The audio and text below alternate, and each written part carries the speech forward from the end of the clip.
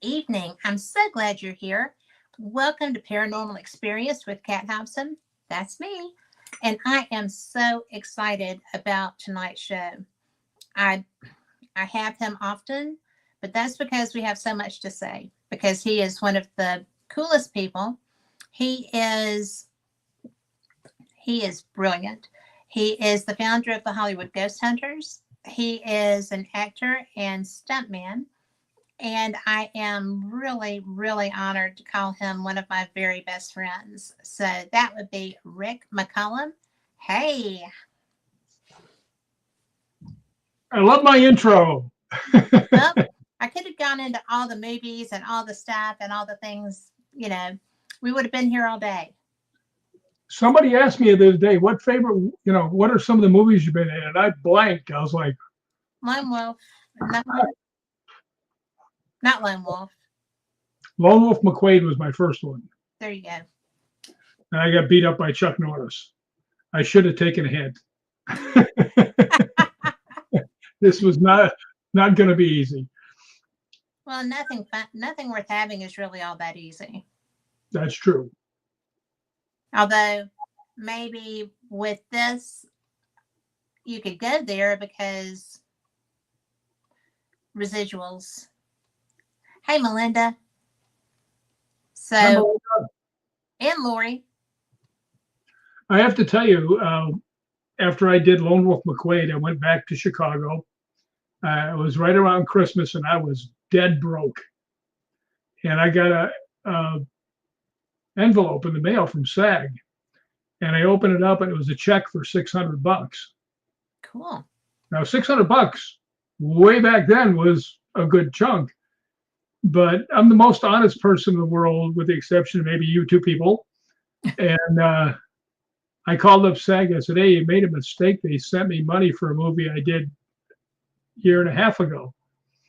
And they all started laughing. And the lady goes, "Hold on, say that again." So I did, and they're all laughing. They go, "That's a residual." And I went, "What's a residual?" And she says, "That's a check when they start selling it off to other formats and stuff." Right. I said, "I get to keep this?" She goes, "Yes." I said, "Oh, I love this business." See? Yeah, got to buy some Christmas presents. Well, your mom needed a Christmas present. So, you're probably one of the best sons in history. No kidding. Well, I mean, you were very good. And I was so impressed when I first met you and we started talking about family things. And I'm still just as impressed as I was then. And that's been years ago. So you're doing great. She was pretty good to me too, though, so fair's fair. Yes, but I mean, you're still very close with your stepmother, who, is really one of the nicest people also. She's an evil beast. Let's be honest about it. Whatever. Sell that somewhere else, dude. But I have broken bread with her, so I know. And I know that she would do anything for you. So there. Yeah, she really would. She's actually a real sweetheart. She is a real sweetheart. It's one of those things that she dealt with situations that weren't always fantastic too. And yet she's always positive and seems real. I mean, unless her camera's not working, and then she's pretty ill. But but she was still great. So it's one of those things that you just I think that with family, you're very fortunate. Oh, I got some pretty good family. There's no doubt about that. They're not. I never see them, but my brother came down the other day though. Yeah. Oh. By the way, can you tell why they let me into the hospital so fast? Look how white I am. Yes, you are, but you're very, very hard-headed because you're still sitting in that chair. But we won't go there right now. What's wrong with my chair? That's not where you should be. I cleaned up you know what I did? I actually took a dust mop and dust mopped all the ceilings, did all the stuff in here. So it's all fixed up in here. Well, we appreciate that because I've still got this guy hanging out behind me, so he just won't go. Looks like my brother. Very strong resemblance there. Oh, I've seen your brother. Um, I'm not going there. But Yeah. one of the things, and one of my favorite things is that you are, until you can't be, a very kind person. Sometimes. Sometimes, but I'm sitting here and I have our friend Lori's calendar up on my wall, and this month is Inverness, and I'm just sitting there going, "Oh, I love that bridge. I love those steeples. I love that river."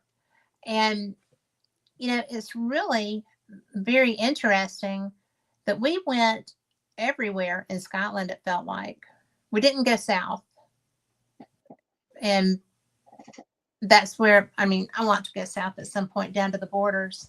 But it's so cool that we've been blessed to go there twice.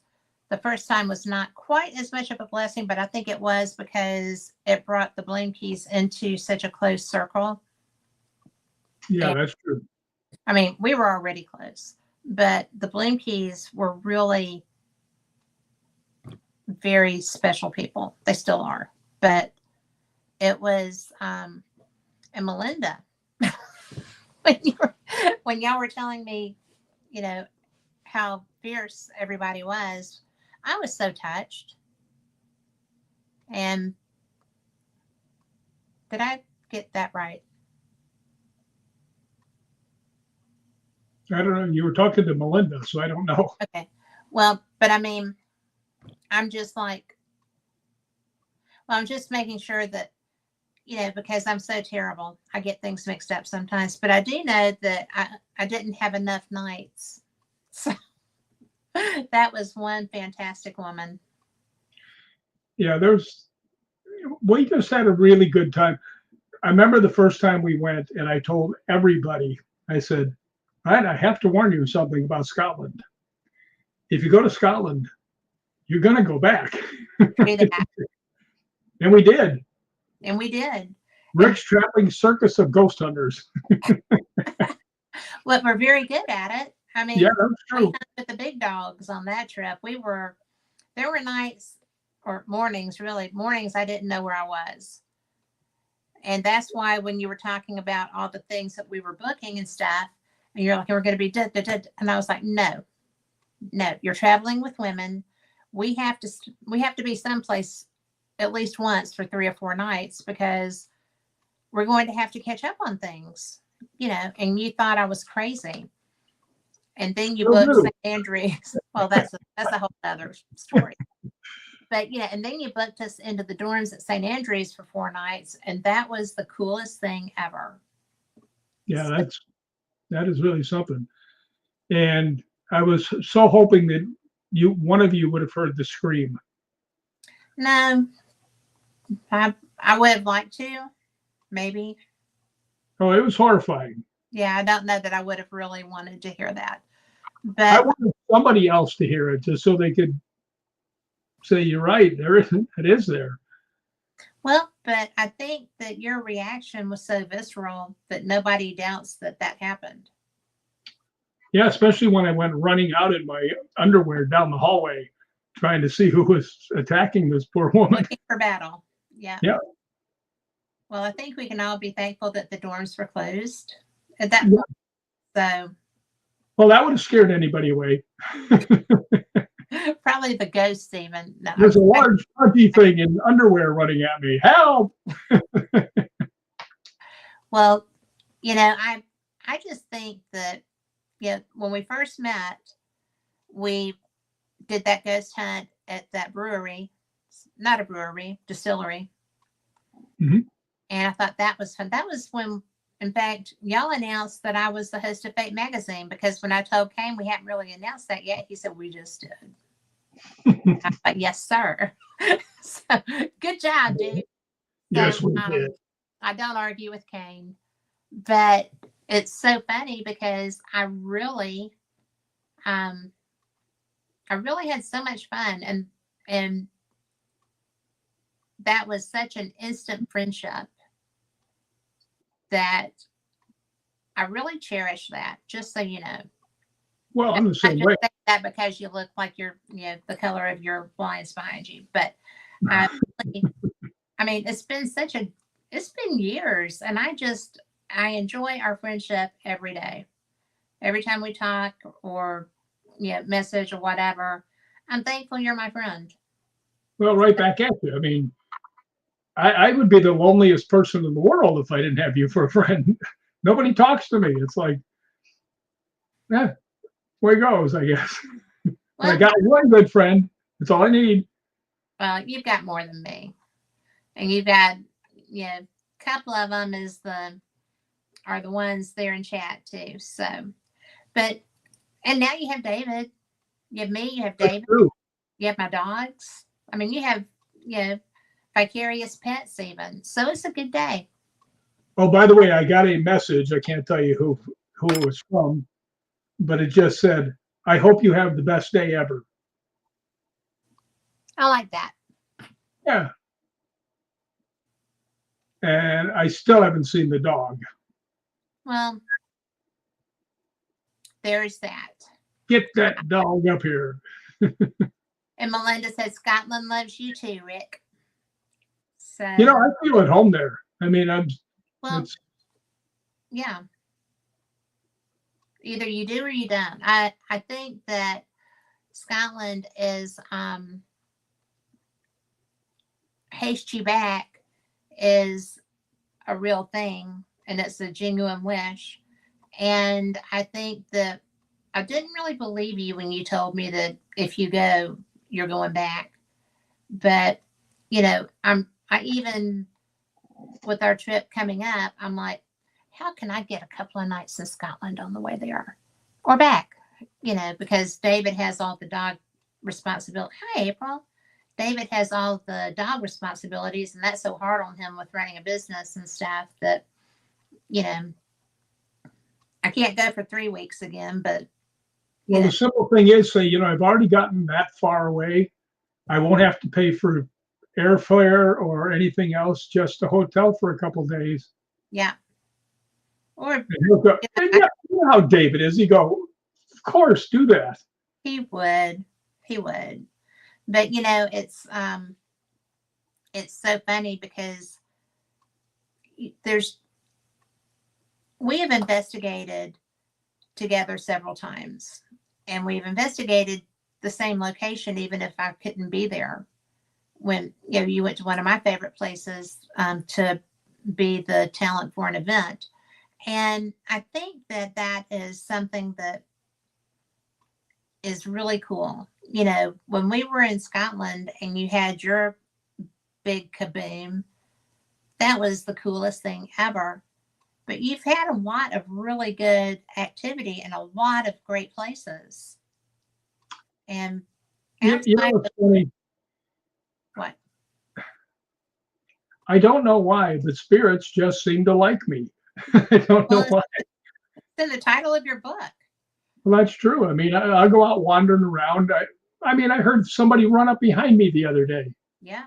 I mean, I've heard a woman hollering my name for 2 years, and they finally told me who it was. And the two very good psychics told me the same name. Mediums. Yeah, Lee Dunn and Heather Besser, both Yeah, of them. two of the best I've ever met. Yeah, they nailed it just without question. Yeah. But yeah, I just love Scotland. Somewhere along the line, I had something to do with Scotland. There's no doubt about it. Oh, please. Well, and it was a very long time ago, and you were around Roslyn. So there's that. Yeah, that's very, very possible. And my buddy, when he instantly decided he liked me the first Yeah. 10 seconds we met, it was like, wow. That's still the ending of that story is still amazing. You want to share it, or you want to? tease people with that? Well, I can tease a little bit, and I'll let you share it. When we went back to Scotland, my friends from Scottish Paranormal, which I happen to be a member of, and I'm going to brag a little bit, I'm in their Hall of Fame. The reason I always bring that up is because I'm not in any other Hall of Fames. So, You're well deserved for that. but I do think, and you probably do too, that they're the best ghost hunting group there is. Yeah. Yeah, they're amazing. But they were doing a thing, and it was called the Americans Come Ghost Hunt with the Americans. Come hunt with the Americans, indeed.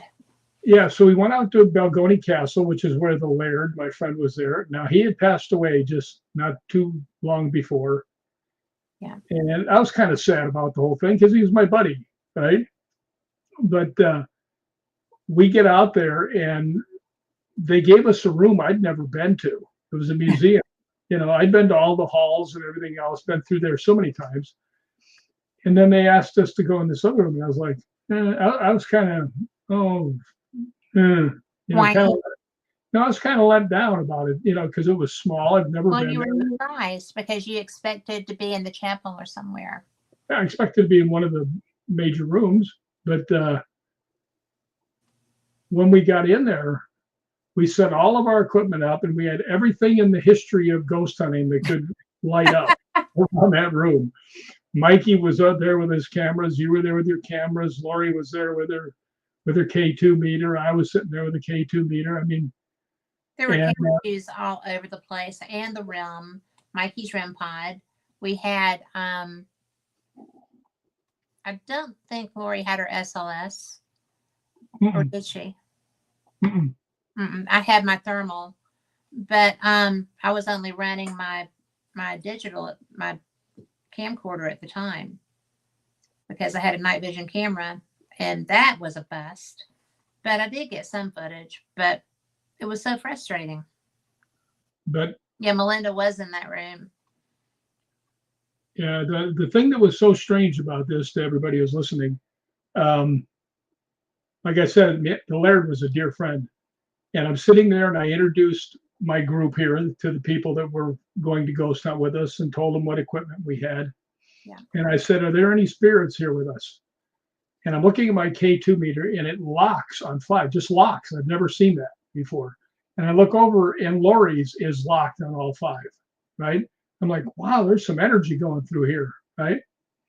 And when I said, are there any spirits here? I look up and you were looking at me. Mikey's looking at me. Julie's looking at me. Lori, everybody's looking at me. And I'm looking around. I'm going to stop you because that was not when we all started looking at you.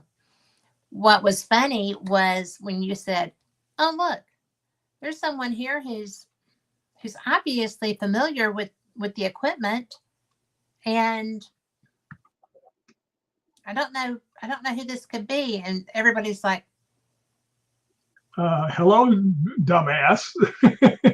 Did not call you a dumbass. No, I did. I called myself a dumbass after realizing what happened. But all the equipment went off at the same time. It just all as high as it could go. It just boom. Yeah. So it was amazing. I've never seen anything like that in all my 50 years of ghost hunting. That kind of response. It was amazing. Well, and the REM pod. I mean, this was not my first rodeo either, right? Yeah. And sitting there, and my camera keeps shutting off. I think in Mikey's video there were 9 shutdowns, battery drain shutdowns, and my batteries were full. And every time I turned it back on, they were full. So that was a trip. But everything's going off. Every K2 is just going insane. Mikey is sitting there, filming everything with eyes the size of, 2 order of grits. And I'm just like getting frustrated, but I'm looking, and in Mikey's video, it doesn't really look like this is the way it was happening. But from where I was standing and, sitting, that REM pod looked like the electricity was climbing the antenna. And I'm just sitting there looking at that, and then I'm looking at you like, hello. And you're like, well, you know, this is somebody that's familiar with this equipment. And I'm like, Rick, you know who this is? You know, We need to see this from Melinda. She just put we down, need she to says, I sit believe, I, because she has not shared that. So yeah, I'd love to come see. on, Melinda, start sharing here. What's going on? Yeah, you be putting that in some messenger, girl. But the thing that got me was when it dawned on you, everybody was kind of sitting on the edge of their seats going, I know he's going to get this. Yeah, eventually. Eventually. And when it dawned on you, it was just like, and it Do you was, remember what I said? Holy shit, it's the Laird. yeah, it is what you said. And, but, before you even got there, Mikey's like, my REM pod don't do that, bro. And, I'll send you one tonight, Melinda. But, it was just so bizarre because everybody knew, we all thought that he was going to reach out to you. We had talked about that, and I think that was one of the reasons that you really wanted to be in one of the other rooms. But when Stuart came, the new Laird, when Stuart came and gave us the tour, because he had asked me if I wanted him to talk to us about the museum, and I was like, well, yeah, because I need to know what's in here so that if somebody asks, I'll know the history in here. And everything in there was stuff from the property. The Laird's workroom was right behind the door behind you, or behind Mikey, or behind you. And, you were sitting right in front of the model of the castle that Stuart and Raymond had made together. So it was just really very special. Everything in there was special to the Laird. And so I think that's why we were in there, because that was his space, other than his bedroom. That was his space. And they wanted, and all of them knew, all of them anticipated that something was going to happen too. And And boy, jeez. ever. I've never seen activity like that. And I have done this for years and years. It was somebody who was excited to see you and was trying to make sure that you knew that they were there. And that was so special. I had a slow start. Uh, I had a slow start. I'm like, what you is did going have a little on? bit of a slow start. You know what was really weird about that? We had 3 more groups that came down to ghost hunt with us because we would be there Yes. like 45 minutes to an hour. Yes. Nothing happened in the other ones when they came down after the first one. Nope. And something, and Melinda, I would like to know if you got something, because people were like, well, Greg said that there was going to be a code. The Laird had a code word that he was going to say. And I have one. We have one. And, I don't know. I haven't listened to my voice recorder. I watched my video. But I wonder if anyone got that. I haven't heard anyone say. Melinda, do you know, in chat? So, Yeah, that was amazing. that was the most amazing. Oh, and Melinda, my email is the name of the show, Paranormal Experienced @gmail. So there you go. But it was really the most, and that group was like so excited. I was so sad that didn't happen with the others, but he had kind of done his thing. He had let you know, and he was off to more adventures, maybe. Well, when we were there before, you and Laurie and had already gone. Mm-hmm. It was me and Jay and Kathleen and Mikey, Mm-hmm. and we're back in his room, and he's laying in his hospital bed that that he had for thing. And he's introducing everybody. And I got my head down. I'm just staying out of the conversation so he can talk to everybody. And I figured, I was wondering because I hadn't seen him for 2 years and he was getting older. And I was like, geez, I wonder if he's going to remember me. And he looks up and he sees me and he grabs my hand and yanks me down and whispers something in my ear. Yeah. I sat there and I went, I got to go outside. There's a lot of dust in this room. I didn't fool anybody. No, didn't fool you didn't anybody. even fool him. I mean, hello. Yeah. But But, God, I wish I knew what the connection was between the two of us. well, you know what the connection was between the two of you. Well, I've got an idea, but it sounds too self-aggrandizing to even bring up. But I think it's probably the case because I've always had the feeling about that certain group. Just it. Yeah, It Knights was in the Templar. newspaper. Yeah, the Knights Templar have always gotten my attention. Yes. And there's more to what the Laird was for sure. I mean, Yeah. and you know what? You're the only one I told the secret to. Well, and it will be a secret, period. Well, it won't be a secret now. We wrote a thing for another magazine. Well, yeah, but I mean, it wasn't something that ever got shared. No, not really. No. But you knew that, or you wouldn't have told me. Yeah, never got shared. Mm-mm. But I had to tell somebody. I couldn't keep that in. I mean, for the people who are listening, It was a big secret. yeah, he had told me just as I was leaving. He calls me over the first time I met him, and he says, "Can you keep a secret?" And I said, "Yeah."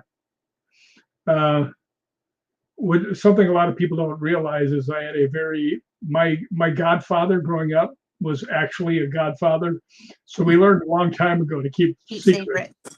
Yeah, but I said sure, and he tells me, he says, you've got this thing about the Knights Templar, right? As a matter of fact, he told Gregor, if I read what he was saying right, that he says about Rick, he's got a connection to the Knights Templar. So I think that might have been what happened. But anyway, he just says to me, he goes, I know you like the Knights Templar. He says, and I don't remember the exact number. I think it was like 227. He says, there's 227 living Knights Templar in the United States. And I'm like, what? I said, how do you know that? And he smiles at me. He goes, because I'm in charge of them. Yeah. So the last time I went back and he was real sick and I knew I wasn't going to see him again. It was very sad. And he asked me, I started to leave. It was just me and Gregor, the only two there. And Gregor, by the way, is an amazing guy. Right? He is an amazing guy. And the whole group of those guys are amazing. But I start to walk out and he goes, Rick. So I come back and he goes, I didn't tell you the whole secret. And I was like, wait, there's more? And he goes, did you tell anybody? I said, no. And he goes, there are actually Knights Templar all around the world. Yeah. And once again, I said, how do you know that? And he looks at me and he goes, because I was in charge of all of them. Yeah. Which, I mean, that hit me like a punch in the stomach. It means that I'm standing here talking to the Knights, the Grand Master of the Knights Templar. Exactly. I mean, and I never wanted to say anything, and I would have said anything about it at all, but it alluded to the fact in his obituary. Yeah. Which really is astounding. Yeah. That was in his obituary. But, it's really, I think the mystery is only, or the secrecy is only when you are active in that role. Mm-hmm. But I treat that organization very carefully because I've been in some places that the activity, both Masonic and Templar, the activity was so strong that you did not want to do something to irritate it. And I'm very careful. I was Yeah, in, I don't think the Knights Templar would be a group you'd want to piss off. no, not at Yeah, all. And the others aren't either, yeah. because they're they were very aware of the occult.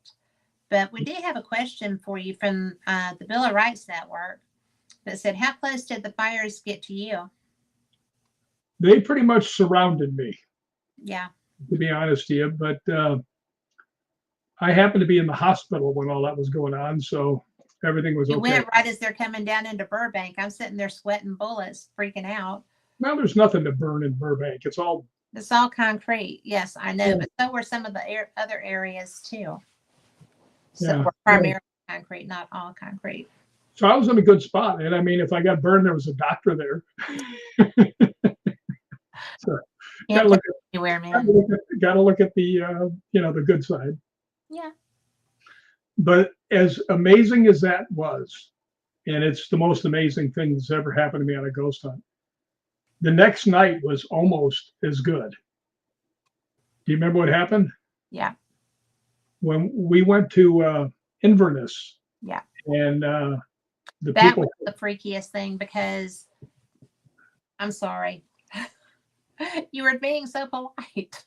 I know, I got bitch slapped too. He did. He got ghost slapped. um, my knees are really bad. And we had walked, according to Lori's mileage thing, 9 miles that day. Yeah. And I need 2 knee replacements. So it's not like it was real easy to walk that far. But I mean, I made it. Wasn't too bad. But I was late at night and we went into this graveyard, which Liam, who is the head of Highland Paranormal, which is a Yeah. tap group. Yeah. Yeah. He told me later on, he says, nobody's ever ghost hunted that place. I mean, it was an amazing place. It was an amazing place. That's actually the only place that I found my grandmother's maiden name. And it was on a really nice monument.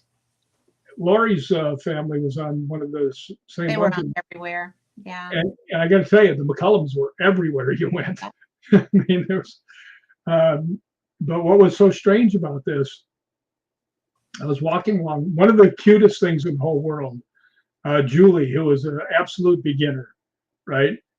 And I'm walking along and I see her with her back to me.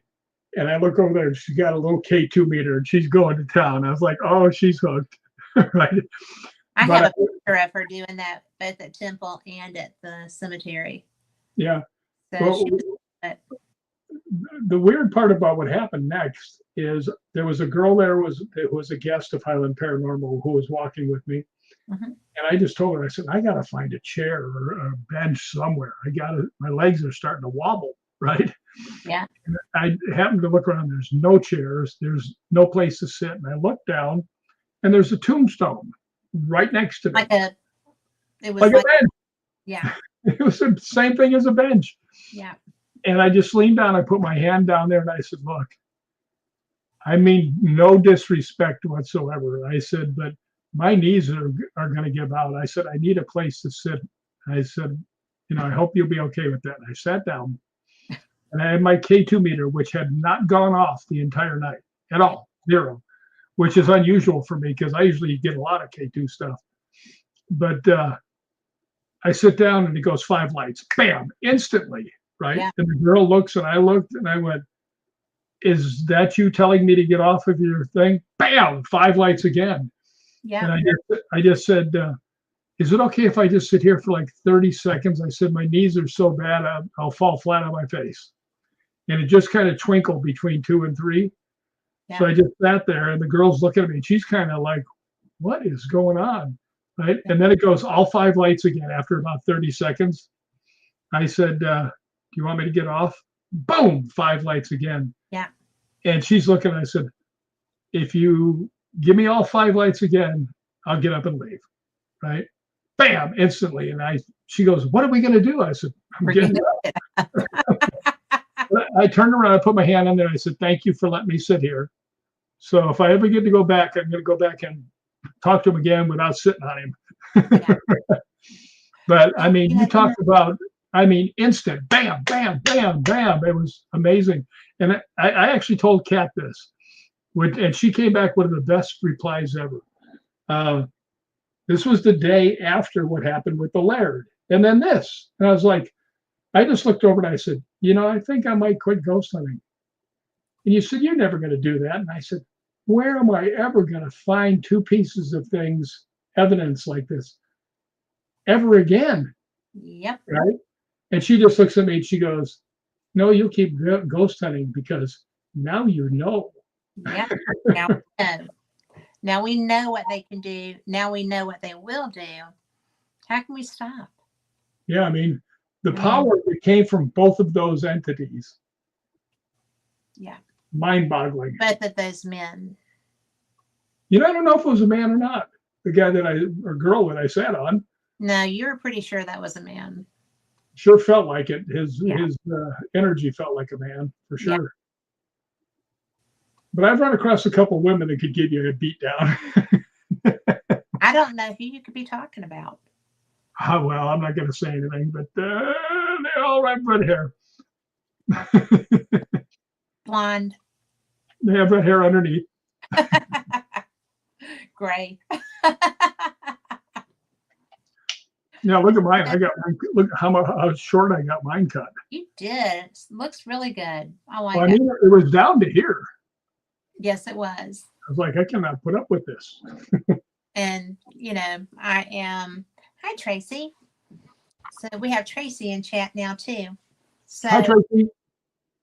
I think that, I really think that was the lesson that I took from your experience with the Laird, because you were so overcome with everything that we had happen. We had a great trip of investigations, and it was really, to me, it was overwhelming. It was surprising. It was so active.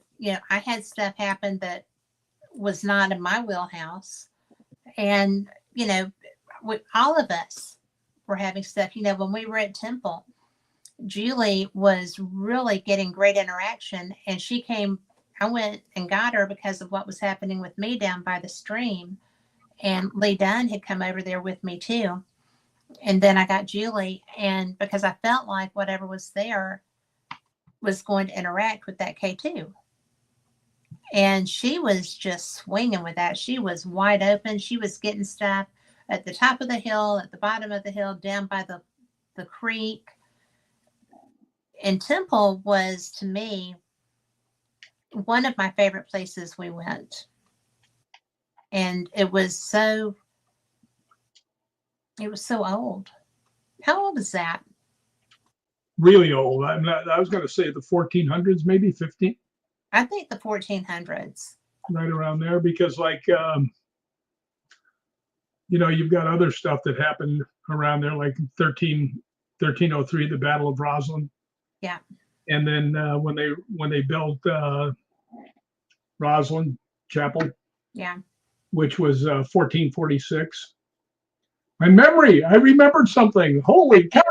I am sitting here just going, wow, look at him popping that out. Look at me go. Yeah, 14. Yep. Well, that's because my hat says 1446 on the front. That's cheating.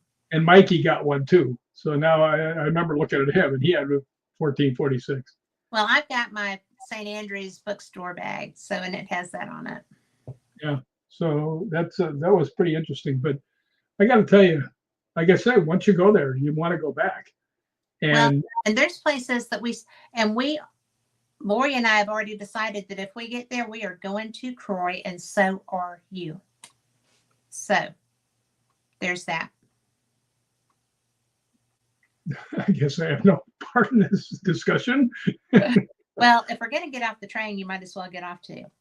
Well, if I let you guys go somewhere without me watching over you, David would shoot me. Well, he would certainly have harsh words. I'm going to tell David if you don't go with me to Croy. How's that? Yeah, that's all right. I'm going. Okay. But yeah, it's an amazing place. It really is. And I have such a feeling for it, just because I know this is strange, is that I want when I actually pass away to be have my ashes spread in Scotland. Yeah. So that should be fun. Well, Not not for me because I'll be dead, but well, uh, have fun watching us.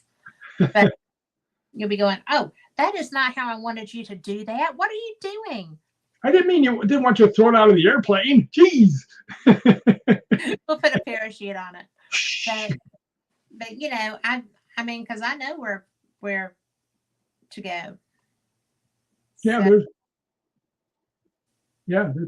it's it's an amazing place. You know how many times I've been there? how many? 13. Really? Hmm. I didn't realize it was that many. Yeah. Well, that one year I got two in this. Well, twice I think I got twice in the same year. Yeah. Well, we have a question from April, Yeah, I see that, and yes, we do have a but secret. we have to read it for people that aren't in chat. Oh, okay. But she says, so knowing what all you know, are you fearful of death? And do you have a secret code you are leaving to? He does have a secret code. Well, yes, it's with Kat because Yeah. I figure she Well, would. and all the world knows it because he says it all the time. But it is. Yeah. And Actually, the whole story of my secret thing is I would be talking to Kat and I had a water pitcher and she had told me about a story. I think it was where one of the guests got up during the break and went and peed yes. in the other room and they could hear it. So every time I was pouring But we water, were on the air. We were at break and my producer, I didn't hear it. Well, some, but my producer was like, so. but yeah, that was funny though. But so anytime I would be making a pitcher of Crystal Light and I'd be Yeah. pouring the water in, I'd be going water pitcher, water pitcher. And he still does it even though he doesn't drink Crystal Light much anymore. So yeah, I stopped that 6 months ago. Yes. So Lori, I made Lori a lady in Scotland. We're both ladies, and she is a landowner now. So I've got two. well, we have one each. Yeah, I got both of mine were gifts. Yeah. Well, hers was. So hello, Jeremy York.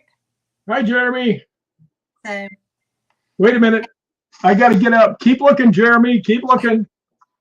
oh no. There you go. That would be the book that Jeremy York nominated you for Paranormal Book of the Year over. He's the guy. Yes. And by Jingo, you won. Yeah, but that just shows you what bribery and deceit can you do for you. You can't do that when I'm taking a swallow of tea. So he loves your shirt. So Get him one. and I'm with him Friday night on the 13th Dimension. We're going to be doing a UFO show. And you'll like it. They excuse me, get pretty deep into a lot of stuff. So it's a pretty cool show. I think it will be fun. I like that show too. And I actually have my 13th Dimension stainless steel water bottle.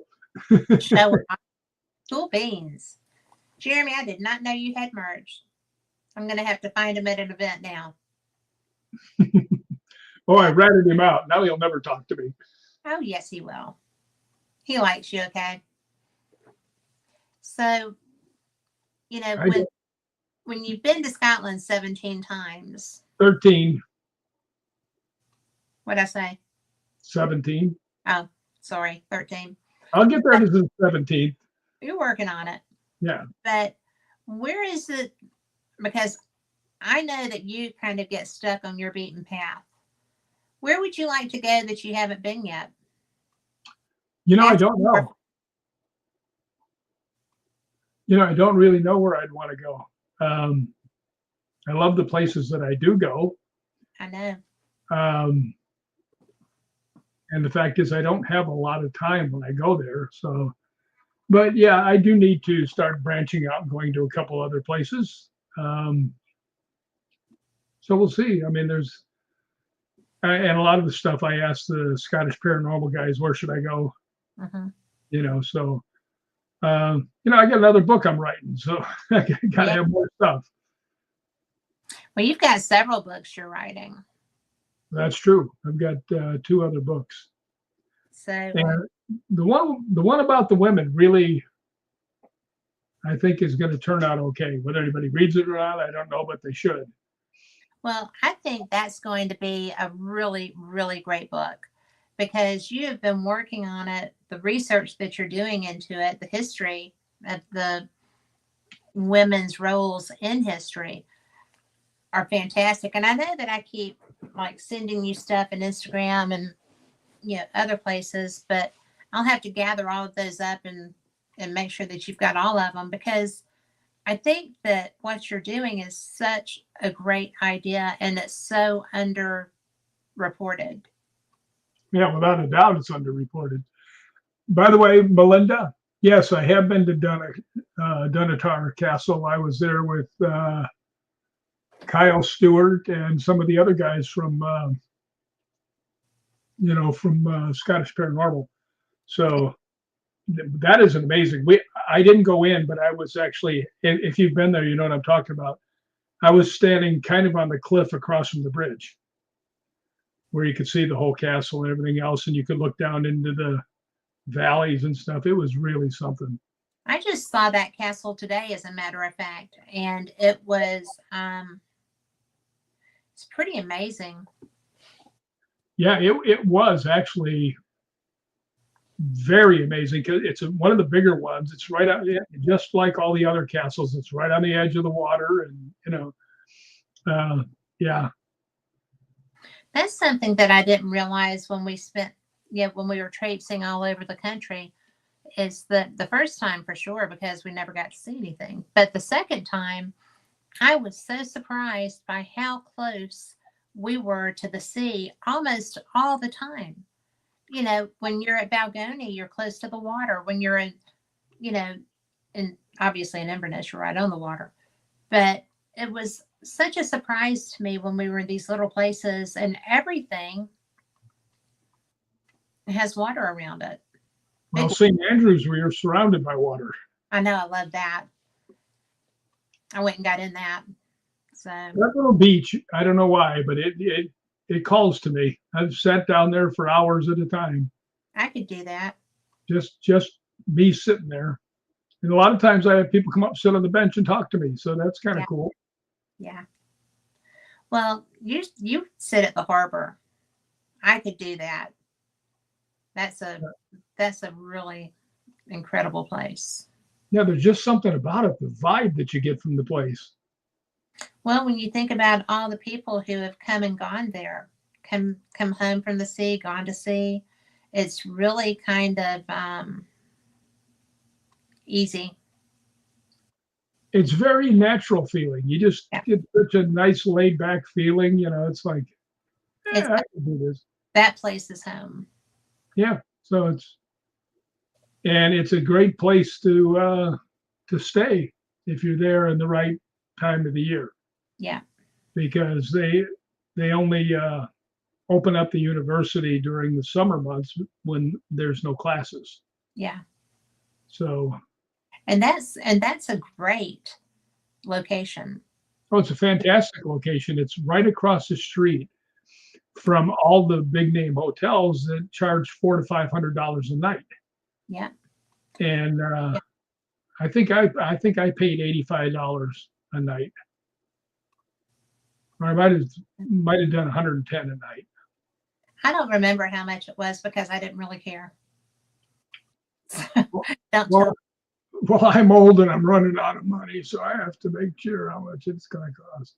Well, but it was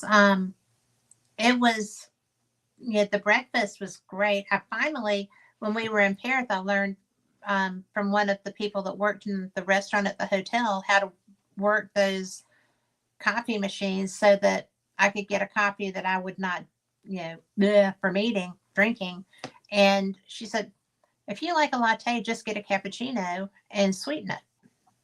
And so that's what I did at every place we went that had those. And, you know, St. Andrew's cafeteria, it's a wonder any of those kids can fit their clothes at the end of their semester because that was good food.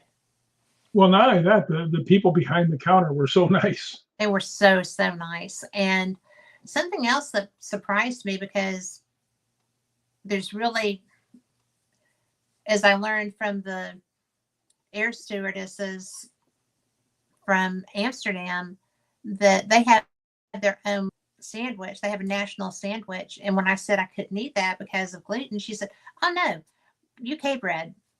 You can eat, if the EU doesn't allow, Monsanto products, you can eat anything we have." And I did. But yet gluten-free bread was something that was in a lot of places in Scotland. So that was pretty cool. Well, my favorite place to eat in there, one of the places was Five Guys Pizza, which I didn't get, never got pizza. I always got the burgers. Well, it's hard not to get the burgers. Those were good. So you're talking in Edinburgh, right? Yeah, it's right. It's Yeah, right next. that was a great burger. Well, it's right. It's right next to Motel One, where we stayed. Yeah. And what's so cool about the Scottish people? There was a lady there that was roughly 65 years old, Yes. who was always up at the front. And it's a very hectic place. And she would always wait on me because I'd go in there like a couple times, a week just to get. They're really good burgers. But I would always go in there. I'd get a chocolate shake, a large fry, and a bacon cheeseburger. And I remember like one of my last days there, I went down there at night to get something to eat. She wasn't there. I was like, oh, that's too bad because she was real nice lady. And I thought, you know what? I'm going to save some money here. I'm not buying the extra large fries. I'll just get the burger and the burger and the shake. Right. So I'm sitting there and I look up and she goes, I hear, psst. I look up and it's her. She just came out of the back, right? And she hands me the bag and I look inside. There must be 58 pounds of fries. They forgot to put your fries in. I said, I didn't order any. She goes, that's okay. I did. So they're so nice. They are so. And it was really everybody that we met. Yeah. J. Craig Miller is probably one of the most dapper and charming men that I've met, and he's so kind. No, he really, really is. Yeah. Another person that he and I instantly liked each other. I don't know what's going on over there. These people need to, get a little more discerning. Well, don't say that. I like you. I'm discerning. Well, that's only because I told you about the water pitcher. Yeah, because I wouldn't have talked to you if you did. After being traumatized by that guest. It turned out to be nuts anyway later. He wasn't at the time. That was just and I would never say who that was, but it was just like, turned out to be a putz later. So that was okay. Should I have killed him? I handled it. Not surprised. Does not surprise me. No, just rude. So that doesn't usually go over very well with the Scottish people. Or this person. So, yeah. But I have to tell him my ascent into heaven story. Yes. Laurie and I and Kat were all walking along up near the castle, Edinburgh Castle, and they have these big cement pylons that are like this. Well, like it's the grass market. It becomes a pedestrian walkway. Yeah, they don't want anybody running over the people who are sitting out there eating lunch or anything either. And I'm walking along and I'm looking up at the thing, and I walked with both shins right into this damn thing and went face first over the top of the thing. He saved it though. Yeah, boom, little almost face plant. I was able to save myself at the last minute. But what was so funny, I hit the ground, boom, and I started levitating, and I'm like, well, at least I'm going up. There, Yeah. And what it was all the people that were there at the lunch, and they saw me fall, and they just went. It was like NASCAR. I pulled in and, for a thing. and they were fast too because Yeah, uh, I'm still trying to get around the pylons, and they're already getting you up, and they were so they were. Oh, sir, oh, sir, are you okay? And they were so concerned and so nice, and I'm like, he's all right. He's got that. well, I was trying to think one day how many times I've actually fallen down in my life, including the stunts. And when you figure a lot We of can't times you count do, the stunts. We'll be here for years. no, I mean, if you counted the stunts, I mean, going off the hoods of cars and downstairs backwards and all that stuff, that God, it's got to be well over 1,000 times. Oh, I'm sure. I tell you, some of them put an owie on old Rick. Just- Well, the crashing head first into the barrels. That was yeah, but we were only going 20, 25 miles an hour when I got thrown off the hood of the car and into the barrels. Yeah, only that only one, that one left a mark. But I will tell you that something did funny. have left a mark. That was crazy.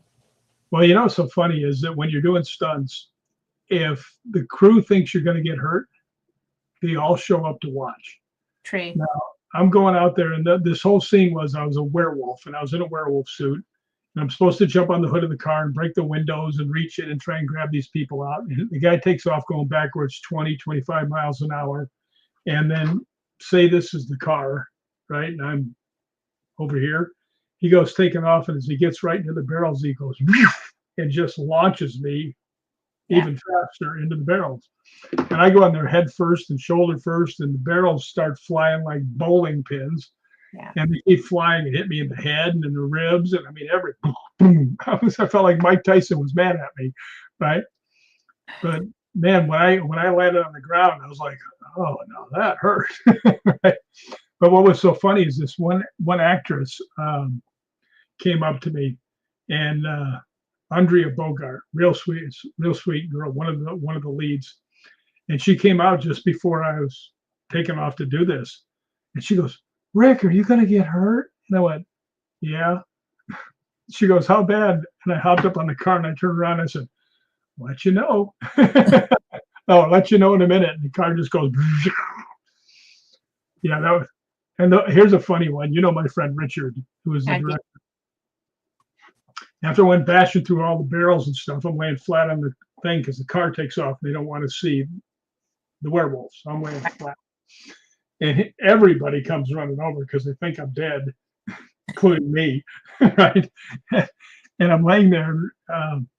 One of the guys that happens to be in Hollywood Ghost Hunters, Robert, who does all the special effects stuff, he comes over and he's taking off the helmet. And there was a part in there where this one barrel flew up and the edge of it hit me dead square in the ear and just cut open my ear. I could feel the blood coming out of it. Right. And I'm laying there and he's taking it off real careful because he saw me go head first into the barrels. And I'm just laying there. Richard comes running over, right? And he goes, "Oh my God, are you okay?" I was like, "Well, up to my waist so far." Right?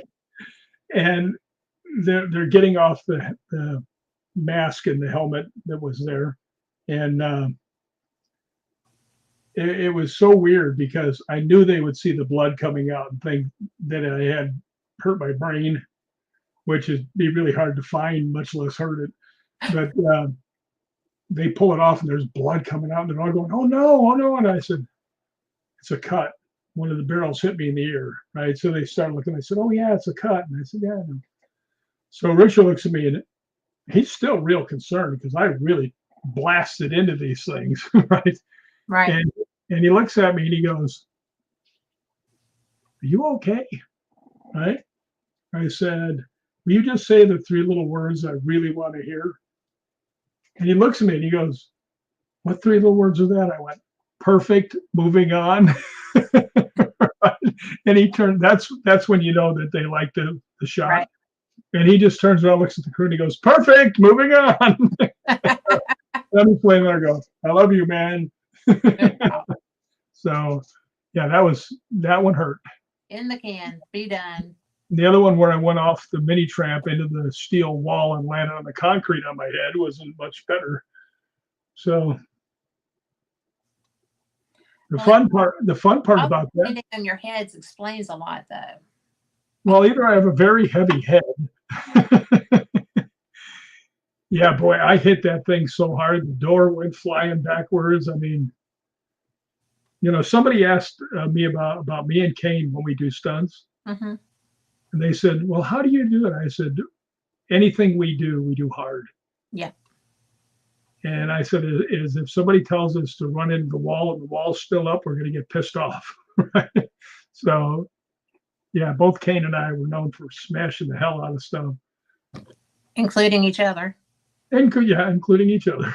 Yes.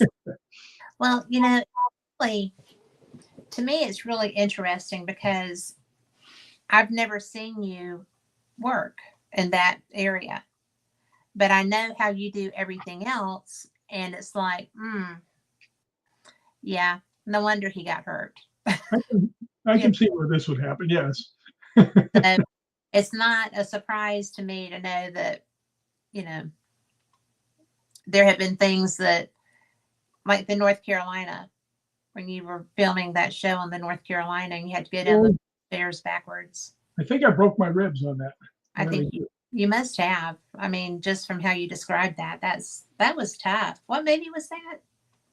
I don't remember. Well, I have to tell you that it's my favorite thing that you say, which is, "You're such a terrible dancer. You did it once in a movie and you got killed." Yeah, I also sang once in a movie and I got killed. Yeah. So I think that's a funny thing. If you're going to get killed for something, it might as well be dancing badly. I got killed in almost every single movie I was in. I mean, can we talk about taking a chainsaw to the crotch? I mean, oh my God. Come on now. Victor Crowley, right? Yep. Yeah. I told the guy. I don't watch those. I get points for that. That's true. Scars mean you've lived. But yeah, that's true. In Victor Crowley, I was one of the bad guys trying to hunt down this guy that's very much like Victor Crowley, like Jason Voorhees, mm-hmm. and he's just murdering everybody. And there's only two guys that were real hunters, me and RA. Everybody else was trying to get the bounty that the guy put up, that Tony Todd put up, who, by the way, just passed away. And super nice guy. But yeah, that whole thing was there. I'm out there, and me and Colton, who is the comic element, we're out in the swamp. We're sitting in here, and he looks over and he goes, "What the hell is that?" And I'm looking down the way, and I went, "Oh boy!" Right? And you know what? I never said a word in the movie, ever. Really? That was my shtick. I never said a word. And all of a sudden, here comes Kane walking out of the weeds with an 8-foot long chainsaw. And I'm shooting him with my shotgun. And Colton is shooting everything, but he's screaming, he's shooting everything. Well, my gun jams just as Kane's coming up on me, and I look up on him, and he takes Colton by now is hiding behind me, right? Right. Kane takes a saw blade, sticks it between our legs, lifts us up off the ground, and chainsaws us in half. Well, while I'm being chainsawed in half, a couple parts of my male anatomy start dropping, right? Now, I didn't know they were going to do that in post-production. Right. When I went down to the Egyptian Theater for the big premiere, yes. I was sitting upstairs, and people are looking over me and say, "Hey, that's the guy that's in the movie. And that's one of the hunters." And then when it comes out and they go, and these two round objects would look like they were on strings start dropping. everybody in this whole place just goes crazy, right? And it goes farther down, drops, and they're screaming louder, and then they fall on the ground, and the place goes just freaking ballistic. And I'm just sitting there going, well, I guess I know what I'm going to be known for. Now you're famous. My testicles are, because they actually use them in the next movie. Really? They were hanging up in a tree, and this guy comes in and goes, "What are these?" And Derek Mears goes, "That's some guy's balls. Leave them alone." Oh, well, that would be the final insult, wouldn't it? To, have them become like, little clackers or something. Yeah, Kane always put me in these positions to really get destroyed. Whatever I was doing, I was going to get plastered for sure. Yeah, he just liked having you along. I think he just wanted to see if he could kill me. How many times? Yeah. Yeah. Several times, yeah. How many times has he killed you so far? All of them. Every movie I did with him, he killed me. I don't know. It's a lot. It would be. I've done 30 movies with him. Wow. I didn't know we'd done that many together. Yeah. And first one I ever did, Lone Wolf McQuade. That's where I met him. And then there was all these other movies. Hold on. Don't go anywhere. 1 second. Oh, ow. You should shut off your mic just in case. I'm not going to kid you. That was so funny when my producer at the time said, I'm here. Make sure you mute your mic when you walk away. Oh, I wasn't going there. I actually went in the other room to see what the name of the movie was where I got busted up my ribs. It's called Checkpoint. Oh, okay. And that was Bill Goldberg was one of the stars. Kane was in it. And yeah, I was famous there for grabbing one guy and taking him out in the middle of the field and telling him, "You ever talk about me or Kane like that again, I'll beat your ass in front of the whole crew." He's bigger than me, right? What'd he say? Yeah, he kind of knew that he'd overstepped the line, and he knew that I could beat his ass. So I was more than willing to do it. I don't like people picking on me, and I don't like a guy that says he's a guy's real friend back talking him. I just, stabbing him in the back. Don't like that.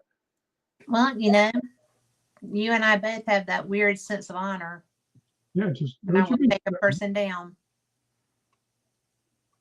Well, there was a time when we almost both did it at the same time. We did. Sterling Castle almost had more stories to tell. Yeah, I still like your line. It's not my problem. Well, it wasn't. Yeah. My problem was her. Yeah. So I didn't care. Fortunately, for a woman who wasn't that intelligent, she knew when to leave. Because it was quickly. It wasn't going to be nice. So yeah, it was interesting. Well, I'm sorry. I'm very Southern, and I don't try to start stuff. But I mean, I'm not going to take stuff either. And this woman had been hideous already. And, it's really funny because because of you being the talent for that tour, I had really promoted her a lot. And I had several of her ambassadors on because I thought she was the real deal. And, it's very telling that when we got to Sterling Castle and they had never heard of us, she said that her assistant had been supposed to order the ticket. So I sent a message to May Herndon, who we're going to Ireland with in September, who is very professional and very kind and a very good human. And she told me that no, she hadn't had anything to do with it. And that's when I was done being nice. There you go. Okay, now this is the QR code. If you are watching, you can scan that right now with your phone. We'll give you a minute to get your phone out, and you can check out the tour there. Hold it up there for another minute or two, Rick.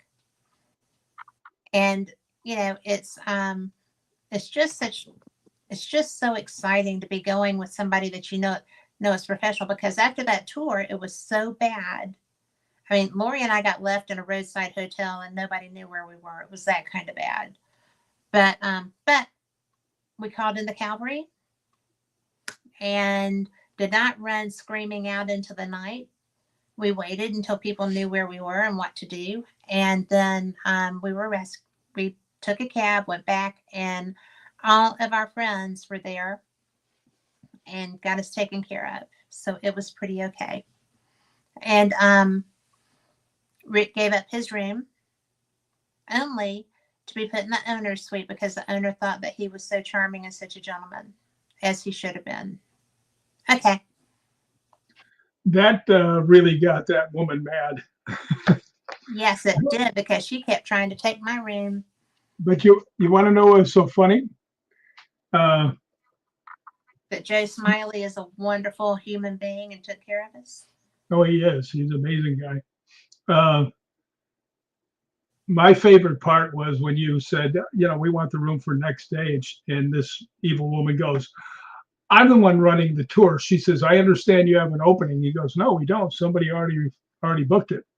And she looks at him, she goes, who booked that room? He points at me and goes, he did. Yeah. But if you save a damsel in distress in Scotland. You still have that. It's always on my desk.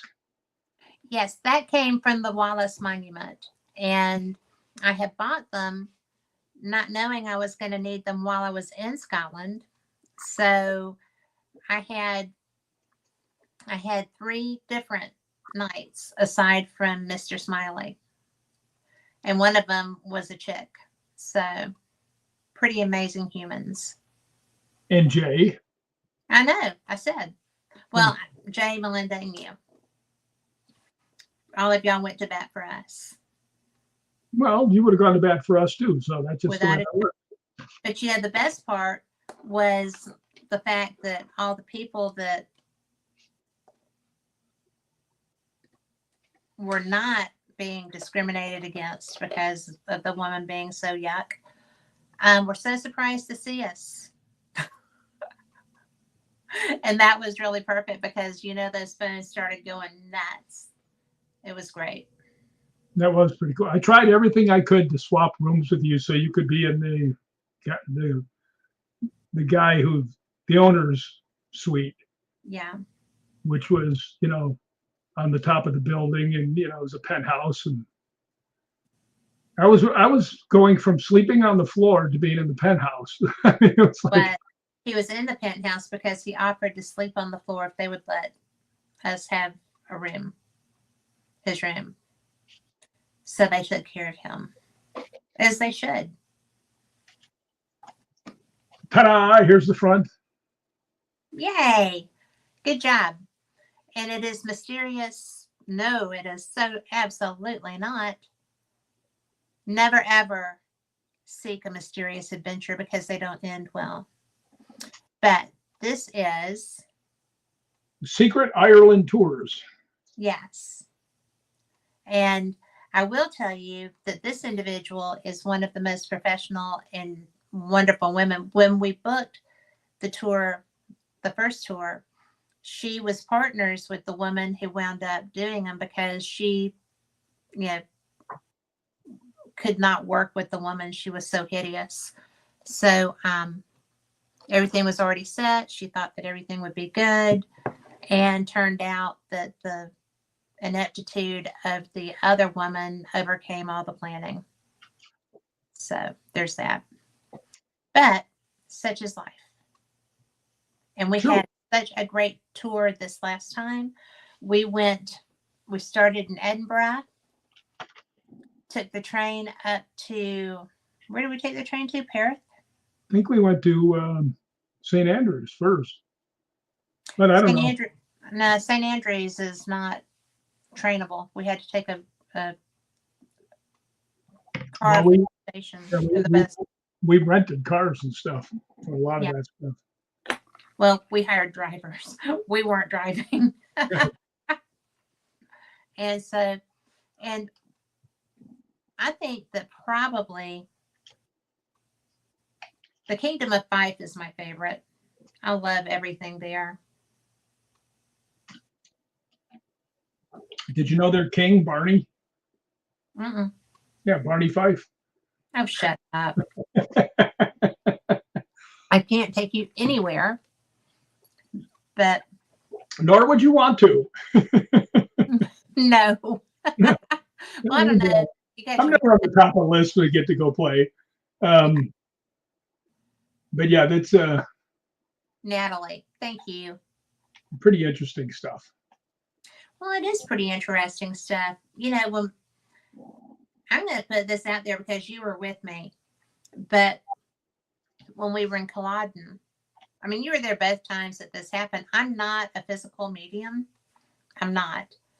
And I had two different instances that were so. You think that? Well, I didn't know that that was a thing for me, but apparently maybe it is. But it was so weird because we were in this beautiful house at the Writers Museum, and we were so excited because we were the first people like us to be able to go in there, and I got whacked in the back of the head. So there's that. And then on Culloden, I got shot. I was glad you were walking with me because that really hurt. So we left. I was thinking about running away, but then I figured I'd better hang in there or Dave would get mad. You weren't going to run away. You wouldn't leave me. No, I wouldn't. But it was weird. I mean, that's why I said you might want to rethink this whole physical mediumship. I didn't choose it. Well, I mean, you. I mean, I didn't do anything to create the environment. It just happened. So now, do you want to hear some of the places we're going to go to in Ireland? Please, yes. We are going to go to Leap Castle, which a lot of people think is the most haunted place in the world. You know better. I actually think that, what is the name of it? I'll get to it here in a second. The Hellfire Club. Excuse me. Yeah, I think the Hellfire Club is more haunted. Because we had a lot of stuff happen at the Hellfire Club when I was there. But I mean, was it more like more individually active, or was it more? No, it was more individually active. Kyle Stewart was in the back room and was having a lot of verbal communication.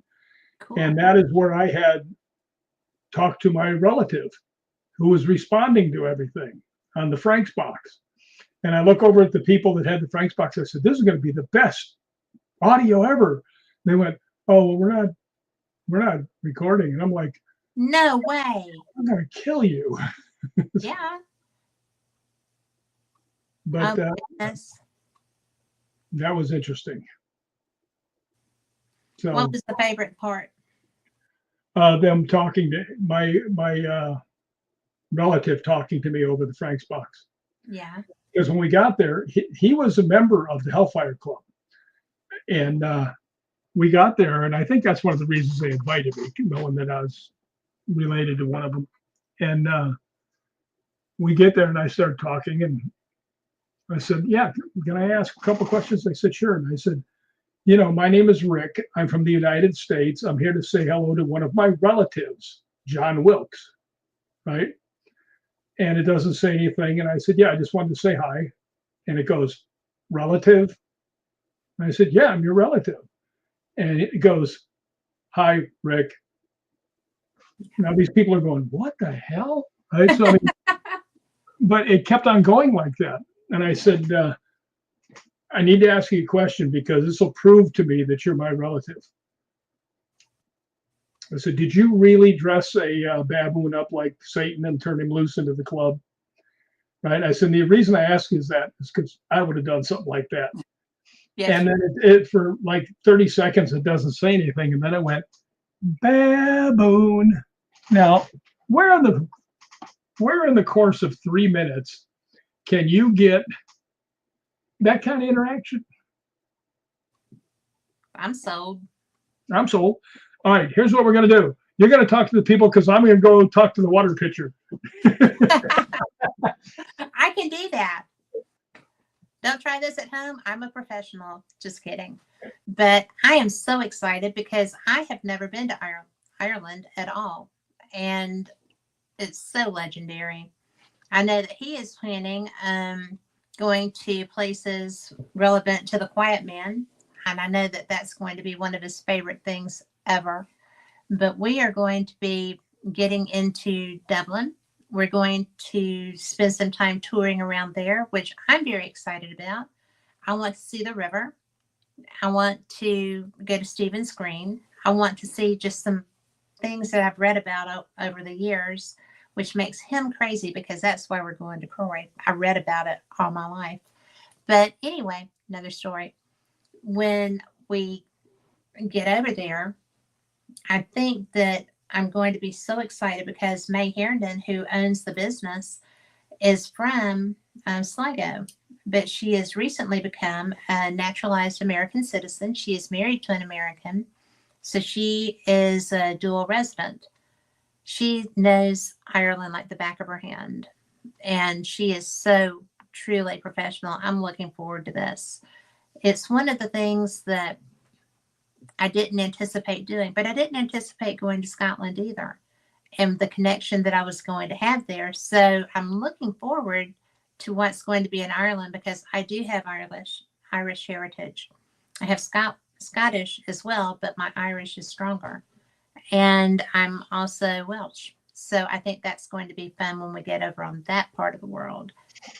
I'm talking about May and her dual citizenship now and her background in Sligo, where we're going to be spending some time. And that you're probably going to be going to places relevant to the Quiet Man when you have your own time there. I don't think I'm actually going to go there because I found out it's would be a little more expensive than I wanted to pay for it, and there's really not that much left of it. Okay. I mean, there's still the bar is still there. They took the building that was his house and they put it into a museum, which to me Oh, kind of takes some of the effect away. yeah. But yeah, it's would cost a fair amount of money and probably take a half an hour to see the whole thing. So I just kind of blew that off. One of these days I'll be up in that neighborhood for something and I'll look then. Might as well. Yeah. Well, she also says we're going to some other places, so maybe we're up near there on some of these. Well, let her rip, Tater Chip. Well, here's the places that we're going to go to because it says Lep Castle, Wicklow Jail.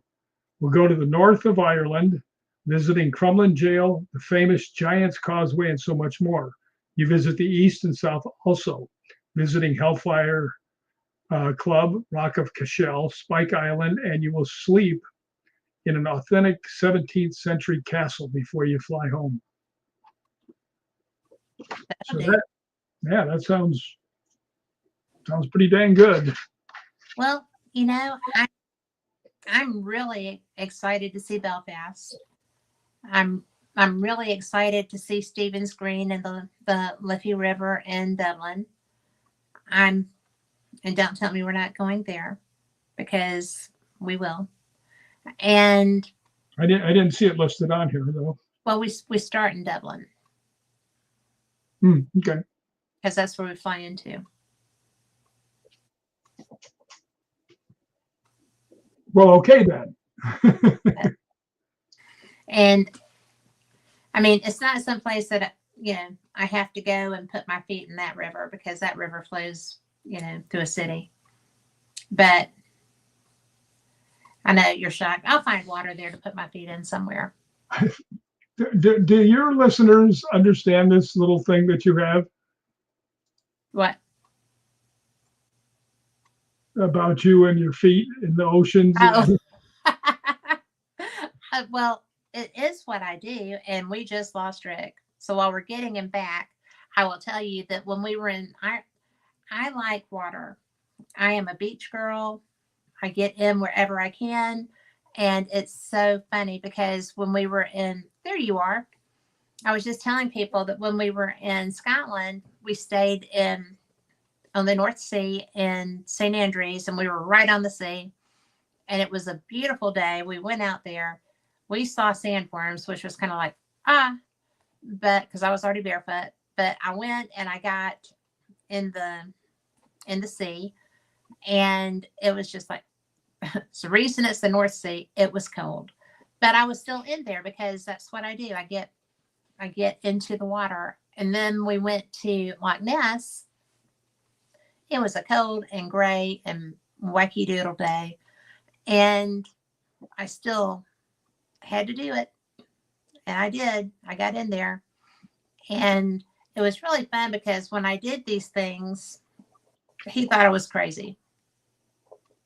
Well, I knew you were crazy before we ever went. So, I mean, that was It's no my surprise. gift. It is what I do. But, it was like I just connect through nature. I connect through water. I'm a water person. I'm a Scorpio. And I just absolutely love feeling different water. And so now I have been in Loch Ness in the North Sea, and I didn't have to go all the way in because I didn't have a suit.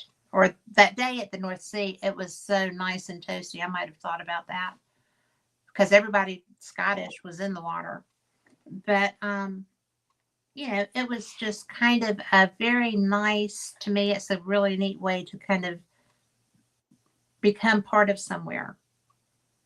Well, you've got to get into the swimming pool. I do need to get into the swimming pool at St. Andrews because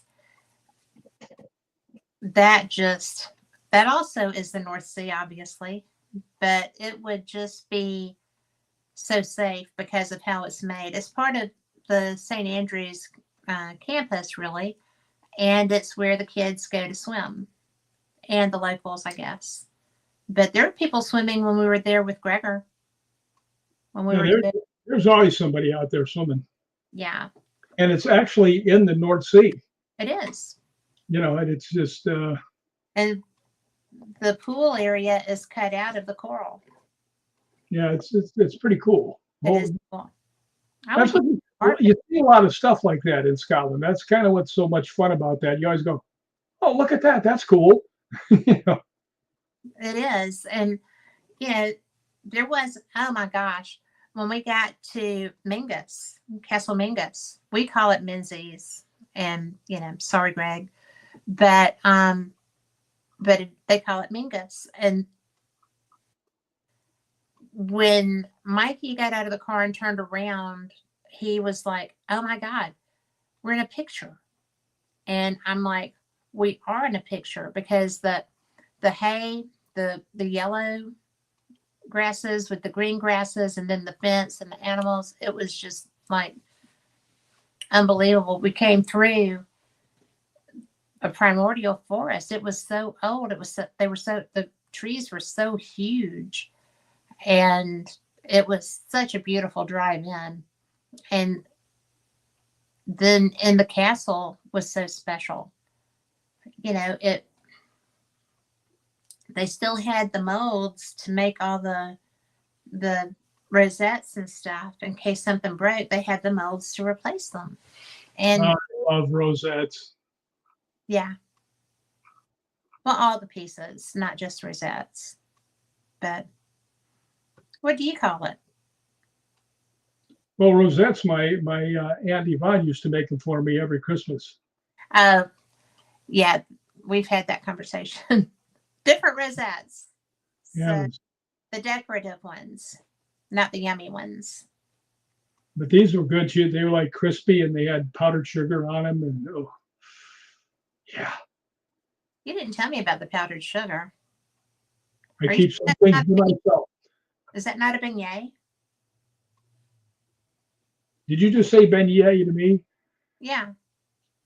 And you really expected me to know what that is? It's like a square donut. You've been to New Orleans. Yeah, but I didn't go to any of those places that had beignets. I stayed inside most of the time. Oh, Uh, no, rosettes are circular, and they've got like things that come up on the sides, and then all the thing, and it's really crispy. So you've got, it's got. I think it's got some of them got cinnamon on them and got powdered okay. sugar, and oh, are they good? Oh, hello, Raymond. I think that's one of my favorite things is that we have so many different experiences between us that being able to share stuff like that's pretty cool. Yeah, I mean it's when you come across something you didn't even know about, it's like what? Yeah. And now you know about beignets. Yeah, it's There's got to be some place in LA that has beignets. oh, I'm sure there's 500 of them out here. I mean, all these posers we have out here, I'm sure they're all after beignets. Well, Probably they probably don't even know what a beignet is, but they need to have one. well, they're like donuts, but they're little rectangles. They're not really little, and they're fried with powdered sugar. And there's all kinds of places to go, mainly in the quarter, but they're famous. Yeah, I never had one of those. Um, I'm good with an Oreo cookie. Yeah, me too. Just give me an Oreo double stuff, and I'm good to go. Oh my gosh, don't even start me on a double stuff. I think they should just have one without any of the stuff that goes around it. No cookie, just the stuff. Just give me the frosting. That's all I need. Yeah. Well, that would be us. Yeah, that would be us. So, I like your shirt, by the way. why, thank you, sir. I can't imagine where I got it. You must have clout with someone. And this is a small one. Is it? So I'm like, yay. But it's it gets attention when I wear it places, which is funny because I didn't expect that. And I mean, I don't just wear it to to paranormal events. I wear it around and stuff, and people are like, "Ooh, Hollywood ghost hunters, really?" And I'm like, "Well, yeah. Are you a ghost hunter? Yeah. Do you know them? Yeah." Yeah. My best guy friend is the founder of Hollywood Ghost Hunters with his best friend. So yeah, I do know him. And that's kind of fun. Yeah. Yep. I've ever told Phyllis that Kane Hodder is who, with you, because Kane is who really was like, we just did. But yeah, when y'all announced my hosting Fate, that was so nice of you. You were so excited. It was. I Still was. am. Me too. You know how many times I've mentioned you as the voice of Fate Magazine Radio? I don't know how many, but I know that you do it, and I appreciate it I every do time. all the time. Whenever I say, yeah, and Kat Hobson, she's the voice of Fate Magazine Radio. Yeah. And there's Lori Dorsey, who has a gigantic red suitcase. She's gonna bring it just to whack you on the head with before she throws it away. You're gonna get so much trouble. So But we had, well, she and I have had several occasions where stuff came to us, like the Pardon Me, when we were walking up Alton Hill. That was interesting. well, she is really good at getting evidence. So and getting experiences too. Now, I got to tell you, just off the top of my head, the Rick McCallum invitational only ghost hunt to Scotland. Yeah. You, me, Lori, Mikey, and Julie. Yep. And I'm not sure you might have to go a long way to find any better ghost hunting group than that. Well, that was a pretty good group of people that loved what they do. And Julie turned out to be very active with her experiences too. So that was fun. Yeah, that was fun. And I sat on a man's tombstone. And we're told to leave. Very, Yeah, he wasn't very nice about it. Get off me, fat boy. Well, in all fairness, you probably were a little heavier then, but not that much heavier. And it was Stone. I mean, he was just upset. Actually, I'm only 211 pounds now, Yeah, which I'm usually like 235 to 240. So, I mean, look at my neck. I do. Yeah. Vampires will be chasing me around for that neck. Well, I probably know some. I talked Yeah. to some different people. So, I look at myself there and I see how thin I am and how white I am. I'm like, boy, I'm glad they made that phone call to me. well, you know what? We are just going to manifest and claim that everything's good. Well, that's tomorrow. I'll give 2 different doctors that are trying to figure out what the hell's going on with me. Yeah. I don't get scared very much, but that one got my attention when I got the phone call while I was driving. I had been in for my usual checkups where they take your blood and stuff and they know if you can still have those drugs for, the ones they prescribe for you. Yeah. And about 2 weeks after that, I was getting real dizzy and, I couldn't breathe. So, and that's also an urgent care. So I went over there, took another blood sample and sent it off. And like 3 days later, I'm driving along, going to Walmart, and I get a phone call from the doctor's assistant and said, Rick, don't blow this off, right? Go right now to St. Joseph's emergency room, right? Right now, right? Okay, this can't be good. So I asked him, I said, what's going on? He says, your red blood cells, which the lowest they're supposed to go is down to 13. He says, yours are at 7. If they go much lower, that could be it. So step on it. Right? So I got there, and I mean, they were waiting for me, just shot me in through all the things like a missile. Next thing I know, I had four transfusions. I mean, it was like, holy crap, what happened to me?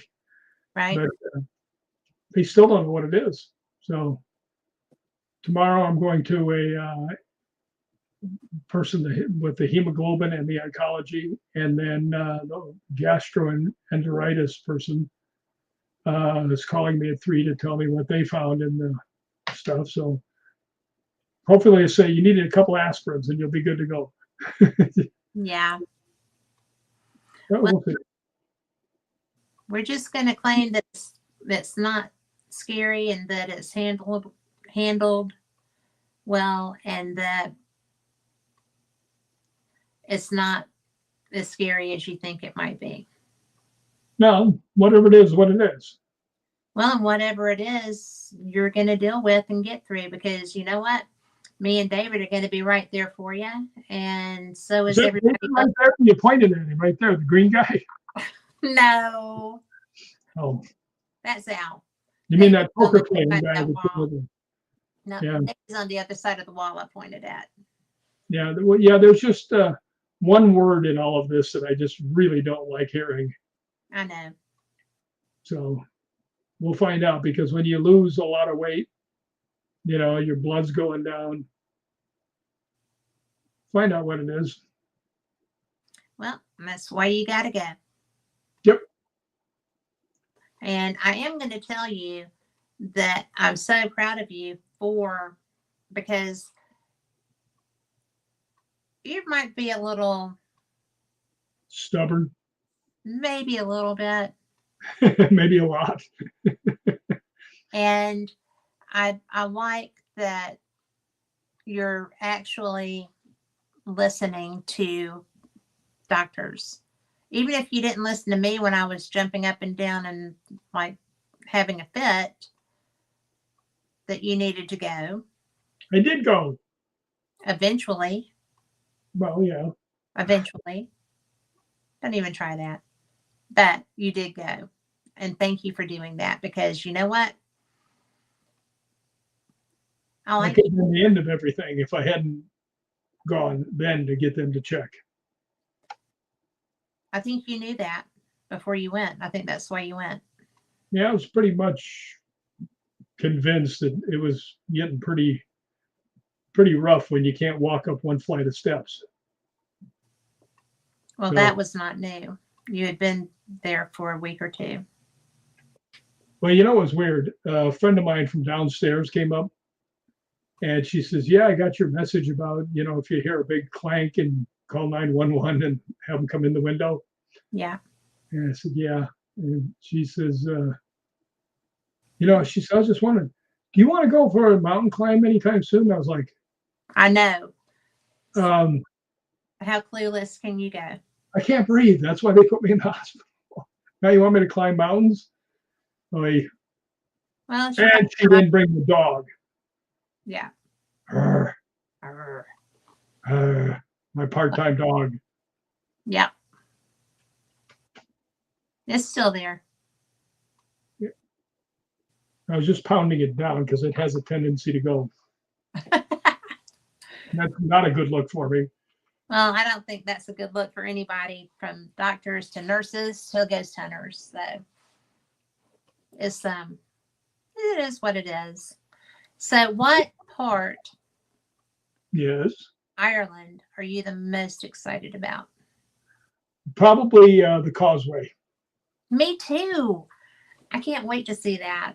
Yeah, that, and also once again the Hellfire Club, Yeah. I'm because pretty that did have some pretty good stuff. And this time I'll have my own recorder. So well, we'll all have our own recorder. I can't wait.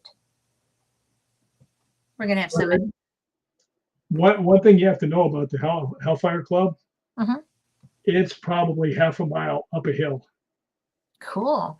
And then you got to walk back down the thing, which was pouring rain when I I was have a great walking back. raincoat. And this was actually right after I blew out my knee. So trying to get up the hill and really trying to get down with Down is harder. yeah, that was, well, this one girl walked with me and, made sure I stayed upright. So that was pretty cool. It is pretty cool. Yeah, people are so nice to you. You always say that's your superpower. It is my superpower. People are real nice to me. You've seen it all the time. Well, I have, but I think that I think that you're so nice is also your superpower because people respond to you in kind. And I'm glad of that because everybody needs that. Well, especially me because I'm alone almost all the time. Yeah. So it's always nice to. I always like it when I go into Denny's and they come up. They go, "Rick, the usual," And when I go into Gelson's and like 5 or 6 different people who work there come up to Yeah. talk to me, that's always cool. It So, is cool. and I always ask them questions like, I said, "Have you got the blow up dolls in yet?" Not Well, yet. Come on. in Chorus, you're known as the disgruntled man. Well, that is true. So you're That known is, the world over.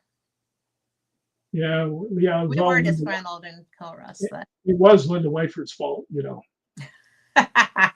No, actually, it really wasn't. But She's so wonderful. that mook gave me a dirty look and said something across the bar. And I said, "You really want to go there again? Huh? Here." Yeah. Yeah. And then the owner of the place goes, "Wait a minute, I know you." And I said, "You do?" And he goes, "You're the disgruntled man." I was like, "Does that come with a cape or anything?"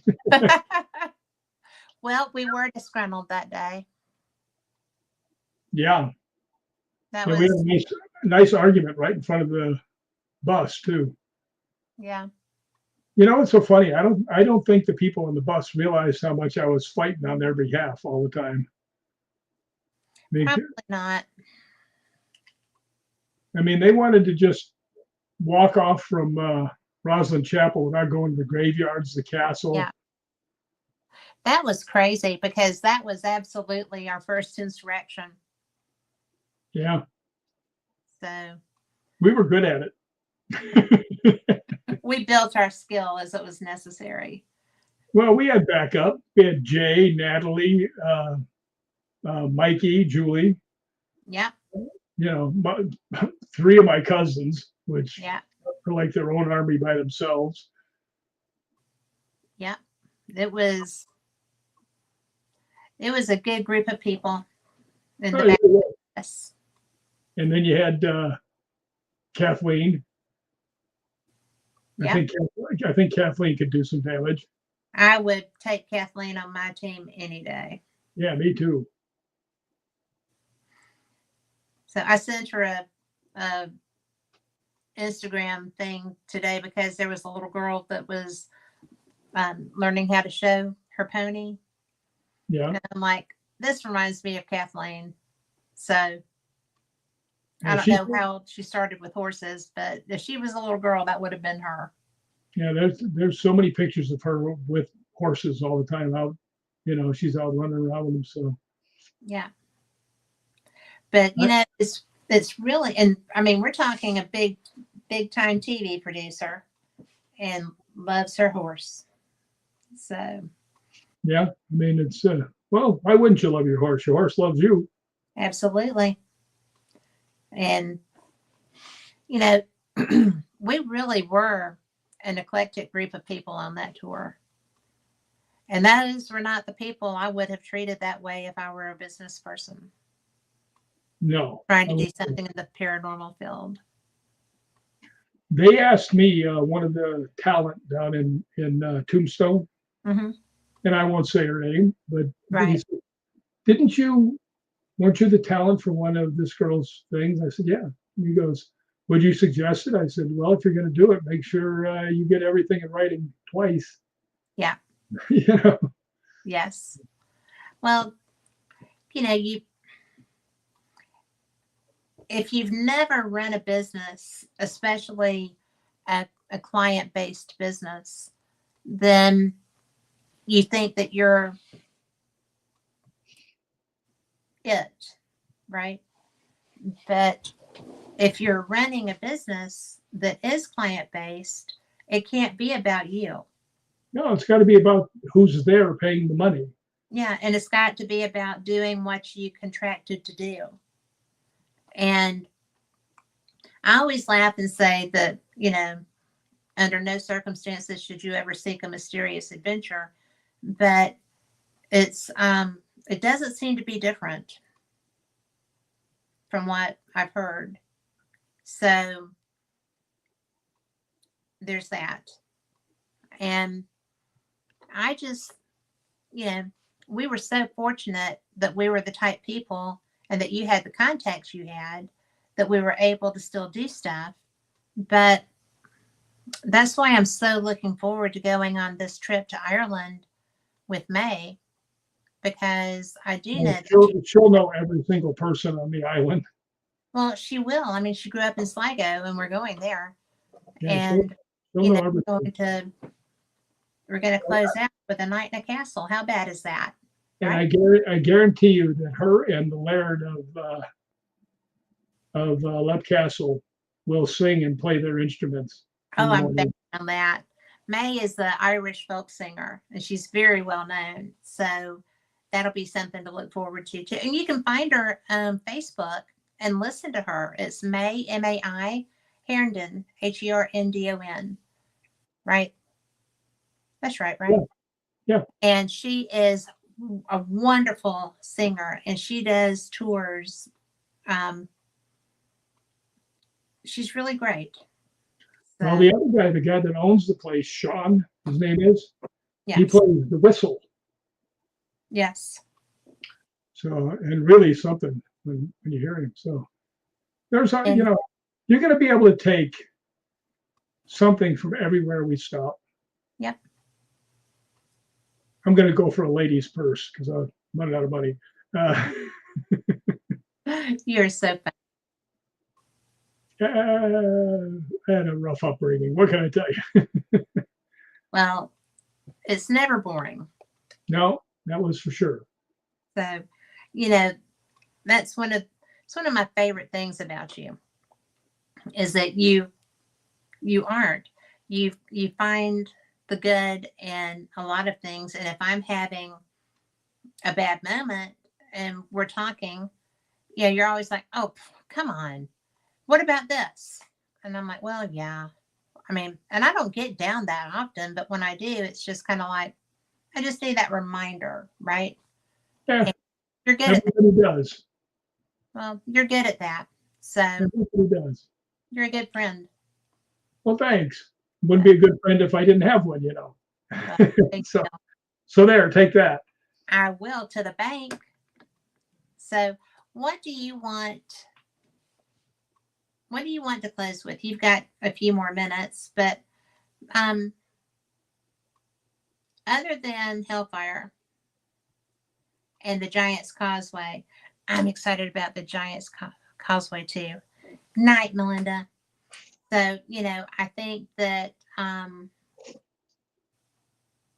I think I'm excited about seeing downtown, the city of Dublin, because that's another one of the places I've read about. You're welcome. Yeah, I'm just sitting here reading the thing here. It doesn't say in here anything about Dublin, though. But we're getting picked up at the airport and we're going to have lunch there. Okay. Yeah, but I am looking forward to the Giant's Causeway. That will be Tell pretty cool. people about that. Tell people why you're excited about that.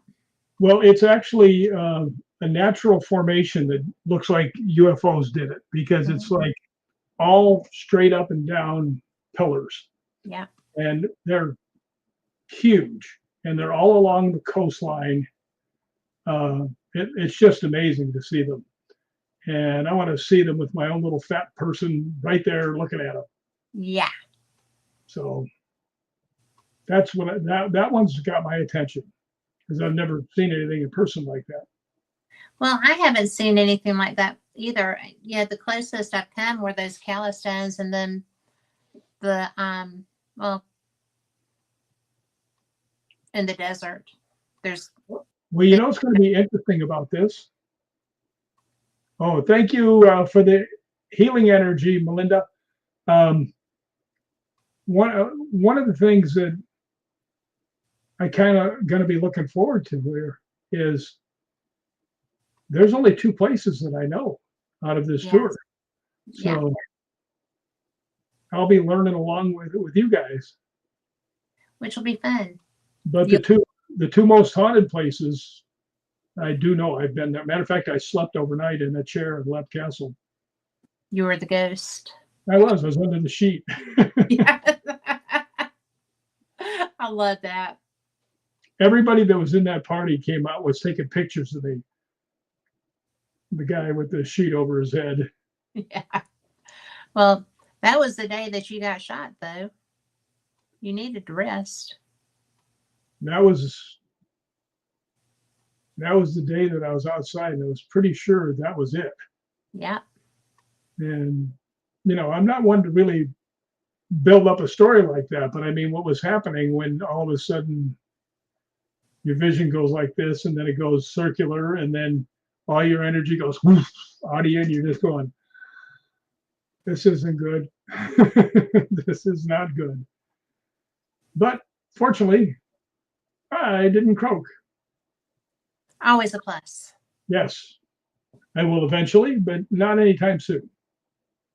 Well, everybody has their moment. I'm just putting that out in the universe for tomorrow. I'll take that. I'll put that out too. You're not. Yeah, the only thing that worries me though is my breathing's been hard again every once in a while. Well, your markers that you had low before are kind of low now, and that's why you were having trouble breathing. They said that's why the transfusions. Yeah, well, I think you see, I'm not hiding from you. It would be hard to. Yeah, my hemoglobin is 8.2, and it's between 13.2 and 17.1 is where you're supposed to be at. So it's pretty low. My red blood cell count it can be between 4.2 and 5.8. Mine's 2.2. So, I mean, there's a lot of blood issues. Well, as a friend, you know that. You know you're having trouble breathing again. You know that you're pale. And you know that you were told to go back under those circumstances Yeah, but I'm not by really, fast transportation. yeah, but I'm really not there. I mean, the thing that gets you, it's not the breathing so much. It's when you start to get dizzy and kind of agitated. And I haven't had that. So it's, How would we know? oh, that was harsh. That was, I'm sorry. that was so You know harsh. I look more than my luggage. And that's saying something. I like that luggage. But There you are. I am there. So, yeah, I'm just hoping for the best tomorrow and Yeah. get back to being better. And I think the girl downstairs is trying to kill me. Hey, let's climb the mountain.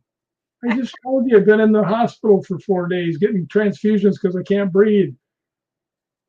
Yeah. Yeah, so is that a no? You're not in my will, so relax. That's so funny. She sent me a message today saying, I hope today is the best day ever.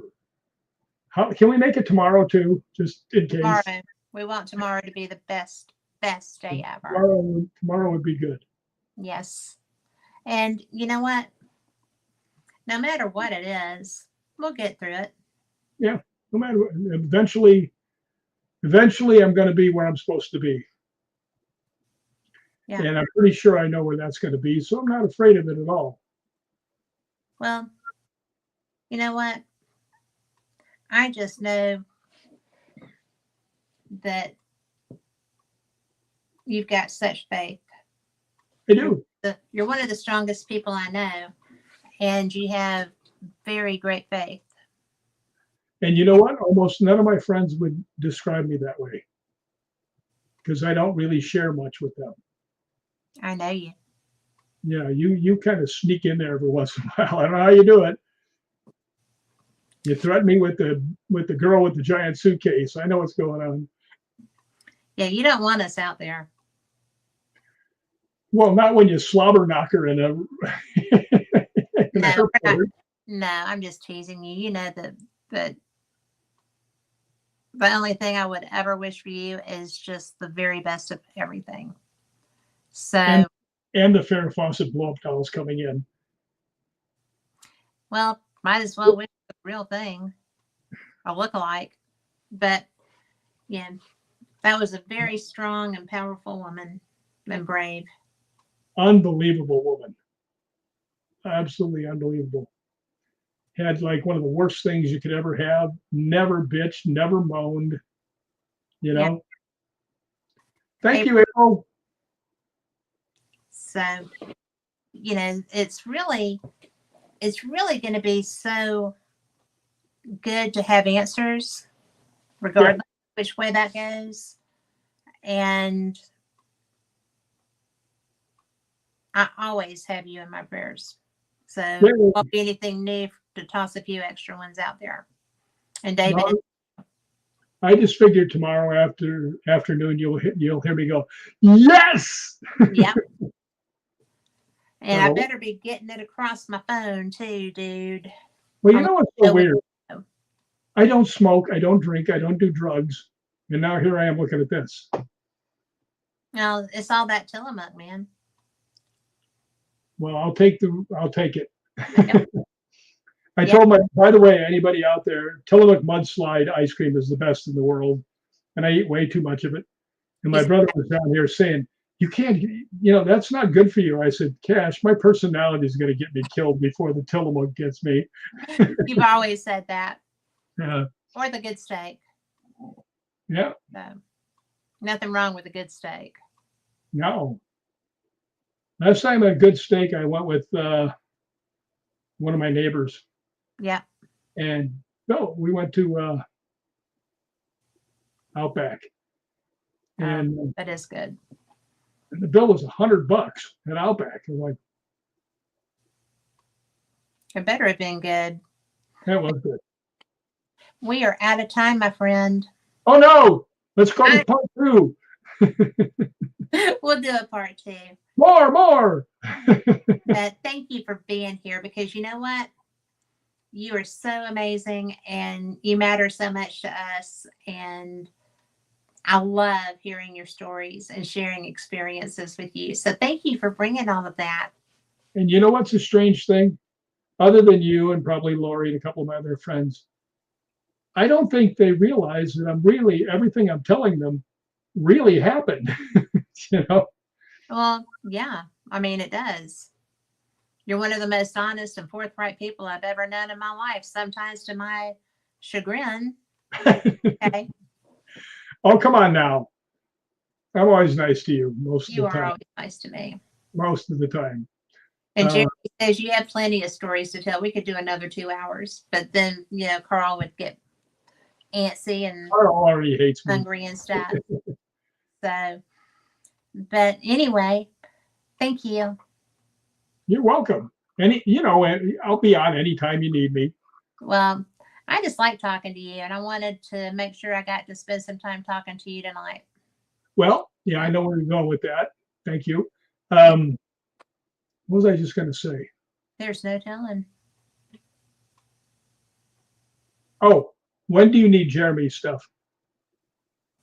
He's on Sunday. So tomorrow will be fine? Tomorrow's fine. Okay. And you sent me the whole deal? I did. Where? Email, I believe. Okay. That's always the best one. Yes. So, and thank you for that too. Well, it's not that big of a deal. I just wish my damn thing worked better. Well, I just love that you do it, and I appreciate it. He makes my graphics, just so you know. And I have Jeremy York on with me on Sunday on Fate Mag Radio. So that's going to be a lot of fun. And it looks like Rick, his fingernail slipped. So we will be back next week. There you are. I have a tendency to just fade away into the distance. I told him that your fingernails just slipped. So, but they're not pink today. There you go. It's not Saturday. That's true. So, thank you, everyone that's listening. I'm so glad that y'all got to enjoy Rick with me. He is one of my favorite humans on the whole planet. And oh dear, he's listening. His head's going to swell. But I thought you were looking at something. But anyway, thank you so much. We'll see you next week. Same cat channel, same cat time. Bye, Carl. Bye. Good night. Good night.